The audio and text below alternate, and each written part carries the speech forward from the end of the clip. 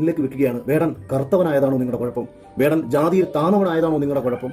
ഞങ്ങളുടെ ആരുടെയും കുഴപ്പം ഇതല്ല. അയാളുടെ കയ്യിലിരിപ്പ് മാത്രമാണ് നമ്മുടെ കുഴപ്പം. അയാൾ ഇനിയും പാടട്ടെ, അയാളുടെ പാട്ട് നമ്മൾ ഇനിയും ആസ്വദിക്കും എന്ന് കരുതി അയാൾ കാണിക്കുന്ന തെമ്മാടിത്തരങ്ങളെ ന്യായീകരിക്കാൻ ജാതി നോക്കി നമുക്ക് കഴിയുമോ?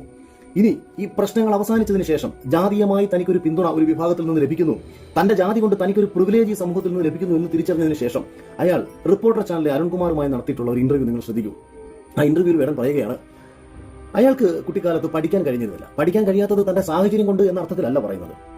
തന്റെ DNA ജന്മന, അതായത് ജന്മം കൊണ്ട് ഒരു ദളിതന് പഠിക്കാനുള്ള DNA ഇല്ല, പഠിച്ചാൽ മനസ്സിലാകുന്ന ഒരു DNA അല്ല ദളിതന്റേത് എന്ന് പറയുമ്പോൾ ദളിത് സമൂഹത്തെ ഒന്നടങ്കം ആക്ഷേപിക്കുന്ന ഒരാളായിട്ടല്ലേ യഥാർത്ഥത്തിൽ വേടൻ അവിടെ മാറുന്നത്? ജാതി എന്നാണ് പറയുന്നത്. ഒരുവന്റെ സ്വഭാവം, ഒരുവന്റെ ഗുണം, ഒരുവന്റെ കഴിവാണ് അവന്റെ യഥാർത്ഥ ജാതി എന്നാണ് കൃഷ്ണൻ പറഞ്ഞേക്കുന്നത്.